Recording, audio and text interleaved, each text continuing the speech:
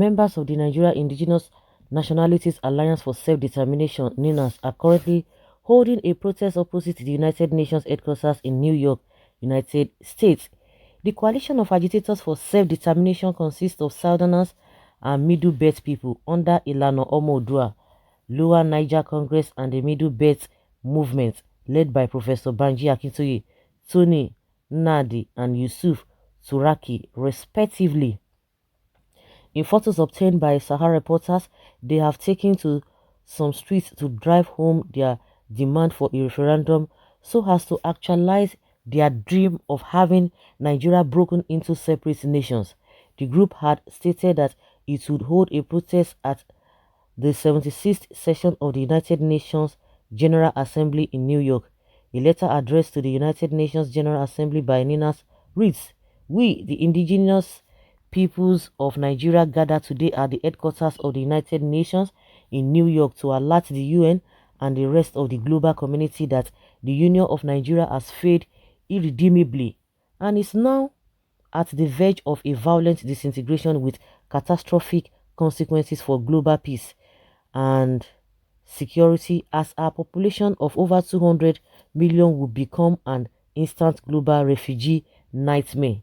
Amidst the extraordinary difficulties inflicted by the imposition and enforcement of Sharia by a section of Nigeria in a supposedly secular union, the immediate reason for this looming catastrophe is the cocktail of mass killing, kidnapping, and general banditry being orchestrated against the indigenous peoples of Nigeria by an invading Fulani militia masquerading as S-men in an undisguised ethnic cleansing campaign that progressively demonstrates the complicity of the federal government of Nigeria, headed by Major General Muhammadu Buhari, a Fulani man who, as Commander-in-Chief of the Armed Forces of Nigeria, is also the life grand patron of the notorious Mieti Allah Cattle Breeders Association of Nigeria, that proudly takes responsibility for the murderous exploits of the Fulani S-men militia, designated the fourth most deadly terror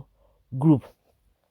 Compounding their impunity, the same Mieti Allah Cattle Breeders Association, at a recent press conference organized to mock the planned Nina's million-man freedom march to the UN, boasted to be in control of the UN through their daughter Amina Mohammed, the Deputy Secretary General at the UN.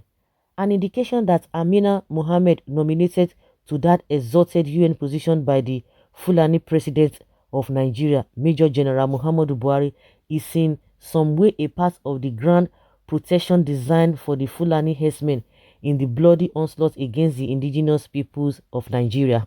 It will be recalled that following widespread extrajudicial killings in Nigeria, the UN in August of 2019 dispatched a special rapporteur mission to Nigeria led by Agnes Kalamad. The damning verdict of the rapporteur mission was that the widespread extrajudicial killings were flowing from the unitary constitutional arrangements of Nigeria, which operates as a pressure cooker for injustice, and that Nigeria under that construction is a danger to global peace and security. The report warned that unless something is done urgently, Nigeria would snap, plunging its 200 million population into turmoil that will trigger a large-scale refugee crisis of unprecedented magnitude at a time the global terror networks ISIS, ISWAP, and Al-Qaeda are already converging in Nigeria.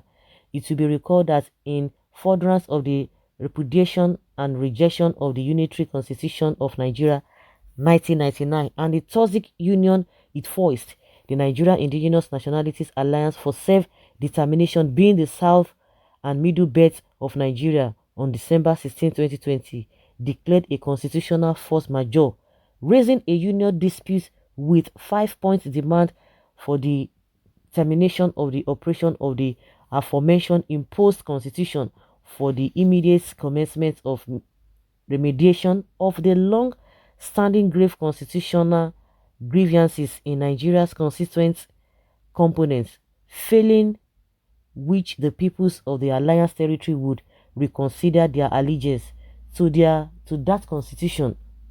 The key highlights of 5 points demand include the suspension of the further elections, particularly the 2023 elections under the repudiated 1999 constitution, as well as the initiation of a time-bound transitioning arrangement to midwife the emergence fresh constitutional protocols founded on the sovereignty and self-determination rights of the constituent components of Nigeria. An online petition conveying the demands of that constitution force majeure proclamation is currently before the UN Security Council. That Nigeria has failed as a state is no longer a subject for debate, having emerged the global poverty capital and playing host to two of the world's top four most deadly terrorist organizations, with three-quarters of the constituent component, South and Middle Belt, seeking urgent extrication by way of referendums from what has become a union of death. Looking back at the recent turn of events in Afghanistan, this freedom march to the United Nations headquarters in New York is to alert the global community of the rapidly denigrating situation of Nigeria and to invite United Nations, particularly the Security Council and Trusteeship Council, to initiate urgent steps to arrest Nigeria's descent into chaos as besieged communities drift dangerously to self-help. Hmm. Fully loaded. Fully loaded. I'm sure those who have been castigating Professor Akintoye, and the rest of them who are talking, pia, we are better united together. I think they're beginning to see the handwriting on the wall now. Unless you want to continue, maybe like what this man said, Charlie Boy said, Namumu never do. And I begin to hear some of them, they are now on the fence. They are neither here nor there because of the things happening since the Naval retired man, the staff that came out, Olawumi, he said many things. Some people eyes are beginning to open because before they thought that some people are just mischievous, unscrupulous elements who just want to say whatever they want to say. And the attack on NDA, some people are beginning to reason that those who are calling for separation, like Igboho Sunday, Igboho Sunday Adeyemo, all of them, they think that they were just, there's maybe some people are sponsoring them. And it's just so baffling that at this stage they could not even get it, whether because they want to be politically correct, only God knows. But these Ninas, they've been able to put up a strong, a valid. That is the reality. It is those who are lying that they will tell you it is political. What is political with what we are seeing?